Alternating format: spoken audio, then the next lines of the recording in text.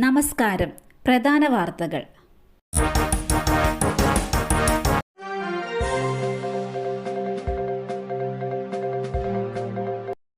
മഴ അവധി പ്രഖ്യാപിച്ചില്ല. പത്തനംതിട്ട കളക്ടർക്ക് അസഭ്യവർഷവും ആത്മഹത്യാ ഭീഷണിയും. മഴ അവധി പ്രഖ്യാപിക്കാത്തതിന് പത്തനംതിട്ട ജില്ലാ കളക്ടർക്ക് അസഭ്യവർഷവും ആത്മഹത്യാ ഭീഷണി മുഴക്കി സന്ദേശവും. അവധി പ്രഖ്യാപിക്കണമെന്ന നിർബന്ധത്തിൽ എണ്ണമറ്റ ഫോൺ കോളുകൾ വന്നതായി കളക്ടർ പ്രേംകൃഷ്ണൻ പറഞ്ഞു. രക്ഷിതാക്കളെയും കുട്ടികളെയും വിളിച്ചു വരുത്തി ഉപദേശിക്കുകയാണ് കളക്ടർ. എണ്ണിയാൽ തീരാത്ത മെസ്സേജുകൾ വരാറുണ്ടെന്ന് കളക്ടർ പറയുന്നു. ഒഫീഷ്യൽ ഫേസ്ബുക്ക് പേജിലും ഇൻസ്റ്റഗ്രാം പേജിലും മാത്രമല്ല, പേഴ്സണൽ അക്കൗണ്ട് വരെ തപ്പിപ്പിടിച്ച് അതിലേക്കും അയക്കുന്നവരുണ്ട്. പലതും വളരെ തമാശയായിട്ടുള്ള മെസ്സേജുകളാണ്. കളക്ടർ രാജിവെക്കണമെന്നാണ് ചിലരുടെ ആവശ്യം. തനിക്ക് ഭാവിയിൽ കളക്ടർ ആവാനാണ് ആഗ്രഹം. ഇന്ന് വെള്ളത്തിൽ മുങ്ങിപ്പോയാൽ ആഗ്രഹം നടക്കാതെ വരും എന്ന് പറഞ്ഞവരുണ്ട്.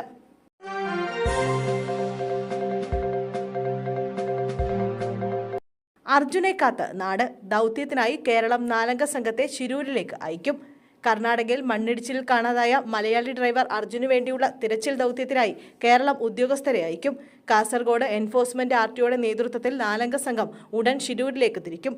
സംഭവത്തിൽ അടിയന്തര ഇടപെടലിന് മുഖ്യമന്ത്രി Pinarayi Vijayan chief secretary doctor V വേണുവിന് നിർദ്ദേശം നൽകിയിട്ടുണ്ട്. ദൗത്യം ഏകോപിപ്പിക്കാൻ കോഴിക്കോട് കളക്ടറെ ചുമതലപ്പെടുത്തിയതായി മന്ത്രി പി എ മുഹമ്മദ് റിയാസും അറിയിച്ചു.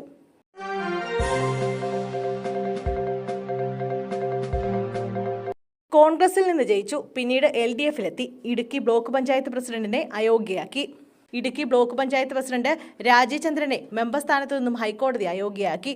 കൂറുമാറ്റ നിരോധന നിയമപ്രകാരം അയോഗ്യമാക്കണമെന്നാവശ്യപ്പെട്ട് ഇടുക്കി ബ്ലോക്ക് പഞ്ചായത്ത് അംഗമായ കോൺഗ്രസ് പ്രതിനിധി ആൻസി തോമസ് നൽകിയ കേസിലാണ് നടപടി. വരുന്ന 6 വർഷത്തേക്ക് തെരഞ്ഞെടുപ്പിൽ മത്സരിക്കാനാകില്ലെന്നും ജസ്റ്റിസ് CP മുഹമ്മദ് നിയാസിന്റെ ഉത്തരവിൽ വ്യക്തമാക്കുന്നു. രാജീചന്ദ്രനെ അയോഗ്യയാക്കണമെന്നുള്ള ആവശ്യം തെരഞ്ഞെടുപ്പ് കമ്മീഷൻ നേരത്തെ തള്ളിയിരുന്നു.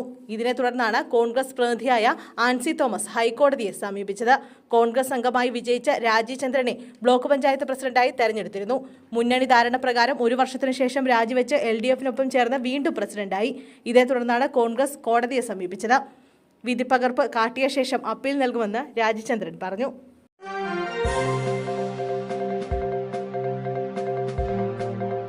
കൃഷ്ണതേജയ്ക്ക് പകരക്കാരനായി തൃശൂരിന് മലയാളി കളക്ടർ. തൃശൂർ ജില്ലയുടെ പുതിയ കളക്ടറായി അർജുൻ പാണ്ഡ്യൻ ചുമതലയേറ്റു. ഇടുക്കി സ്വദേശിയായ അർജുൻ പാണ്ഡ്യൻ 2017 ബാച്ചിലെ കേരള കേഡർ IAS ഉദ്യോഗസ്ഥനാണ്.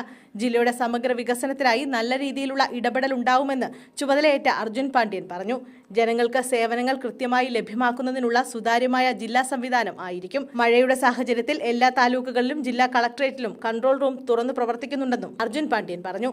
കൃഷ്ണതേജ ഡെപ്യൂട്ടേഷനിൽ ആന്ധ്ര കേഡറിലേക്ക് പോയതോടെയാണ് തൃശൂരിൽ പുതിയ കളക്ടറെ നിയമിച്ചുകൊണ്ട് സംസ്ഥാന സർക്കാർ ഉത്തരവിറക്കിയത്.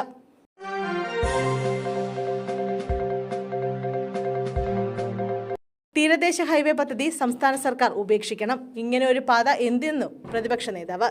സംസ്ഥാനത്തെ പുതിയ തീരദേശ ഹൈവേ പദ്ധതിയിൽ സർക്കാരിനെതിരെ വിമർശനവുമായി പ്രതിപക്ഷ നേതാവ് VD സതീശൻ. വിഷയം UDF വിശദമായി ചർച്ച ചെയ്തു എന്ന് പറഞ്ഞ അദ്ദേഹം DPR ഇല്ലാത്ത പദ്ധതിയാണിതെന്നും കുറ്റപ്പെടുത്തി. പാരിസ്ഥിതിക സാമൂഹിക ആഘാത പഠനം നടത്തിയിട്ടില്ല. ടൂറിസം വികസനം എന്ന പേരിൽ സർക്കാർ കൊണ്ടുവന്ന പദ്ധതി മത്സ്യത്തൊഴിലാളികളുടെ ആവാസ വ്യവസ്ഥയെ പ്രതികൂലമായി ബാധിക്കും. എന്താവശ്യത്തിനാണ് ഇങ്ങനെ ഒരു റോഡെന്ന് സർക്കാർ ചിന്തിക്കണമെന്നും അദ്ദേഹം പറഞ്ഞു.